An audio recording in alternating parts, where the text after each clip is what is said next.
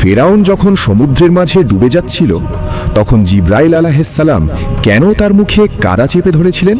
রাতের গভীর অন্ধকার, নিঃশব্দে আল্লাহর আদেশে মুসা আলাইহিসসালাম বনি ইসরায়েলদের নিয়ে মিশর ছেড়ে বেরিয়ে পড়লেন। কেউ কথা বলেনি, কেউ পেছনে তাকায়নি, শুধু আল্লাহর উপর ভরসা। কিন্তু সত্য কখনো লুকিয়ে থাকে না। খবর পৌঁছে যায় ফেরাউনের কাছে। অহংকারে অন্ধ ফেরাউন বিশাল সেনাবাহিনী নিয়ে ধাওয়া শুরু করল। ভোরের আলো, সামনে উত্তাল সমুদ্র, পেছনে ফেরাউনের বাহিনী। বনি ইসরায়েলরা আতঙ্কে চিৎকার করে উঠল, আমরা তো শেষ হয়ে গেলাম। কিন্তু মুসা আলাইহিসসালাম বললেন, না, আমার রব আমার সঙ্গে আছেন, তিনি অবশ্যই আমাদের পথ দেখাবেন। আল্লাহর আদেশে লাঠি আঘাত করল সমুদ্রে। সমুদ্র দ্বিখণ্ডিত, পানি দাঁড়িয়ে গেল পাহাড়ের মতো, মাঝখানে শুকনো রাস্তা। মুসা আলাইহিসসালাম ও বনি ইসরায়েলরা পার হয়ে গেল, আর ফেরাউন? অহংকার তাকে থামাতে পারল না। সে তার বাহিনী নিয়ে সেই পথেই ঢুকে পড়ল।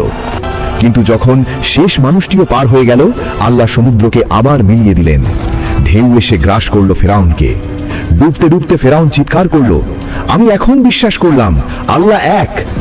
কিন্তু এই বিশ্বাস গ্রহণযোগ্য ছিল না, কারণ এটা ঈমান নয়, এটা ছিল মৃত্যুর ভয়। ঠিক সেই মুহূর্তে জিব্রাইল আলাইহিসসালাম সমুদ্রের কাদা তুলে তার মুখে চেপে ধরলেন, যাতে সে আর মিথ্যা ঈমানের কথা বলতে না পারে। কারণ আল্লাহর কাছে গ্রহণযোগ্য ঈমান ভয় নয়, সময় থাকতে আসে।